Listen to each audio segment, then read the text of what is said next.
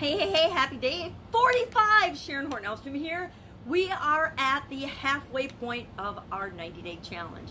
45 days. Now, little secret, I always set little tiny goals for myself. Like when I go for walks, I walk pretty much every day, and I'll go for a walk, and I always set a goal, and I work, and I think, and I push to the halfway point, knowing that when I hit that halfway point, everything is easier on the way home, on the way back. So I push really hard for my first half of the goal, of the walk, of the experience, and then I know that I've already got momentum and things in place to make it easier to reach my goal, to get home. So today, day 45, how is it going? How are you feeling? Now, here's the really tricky part.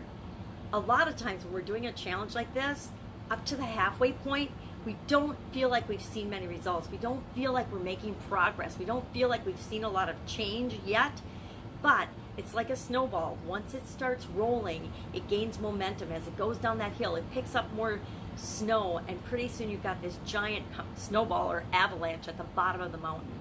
And that's the same thing with these challenges.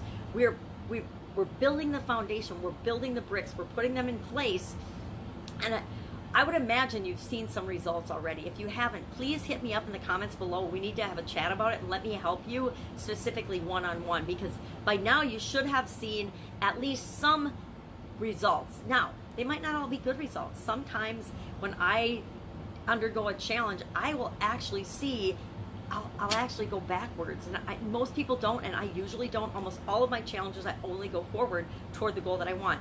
But life is not a straight line from A to B. There's ups and downs and ups and downs. And usually when I hit a little bump in the road, it's because there's something that I didn't recognize that was playing a big part in my life, and I need to address that. Maybe it's a relationship issue. Maybe it's a physical thing that's going on in my body that I didn't realize was going on. Maybe it's a stress issue. Maybe it's a business issue. Maybe it's a financial issue. Maybe it's a challenge with one of my kids. All kinds of things. But it seems like whenever we pick a big goal and we decide we're going to go for something for ourselves, the universe starts to test us, and stuff starts to come up to get in our way. Obstacles start to show up that we never could have imagined. The car breaks down. You lose your job. Your cousin gets sick. Whatever. Your kids, get 3 weeks of colds. Whatever it is, the universe tests us to see if we're serious about the thing that we say we're going to do. Whenever I do a challenge, things come up. Stuff comes up. A cruise comes up in the middle of it. But it's to see if I'm serious. Am I serious about my commitment to getting my blood pressure down? Am I serious about my commitment to taking better care of myself? Am I serious about my commitment to change my lifestyle so that how I am and how I feel and my continuous improving path is just automatic? Am I serious about making those little tweaks and changes that make my life feel better and work better for me? Only you can answer those questions. So how are you doing?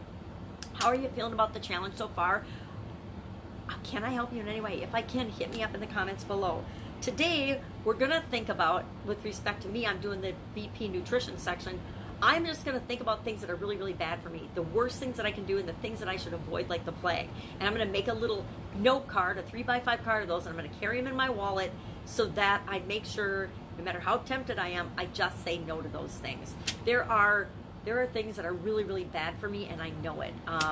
Drinking liquor is really, really bad for me. It's bad for my blood type. It's bad for me.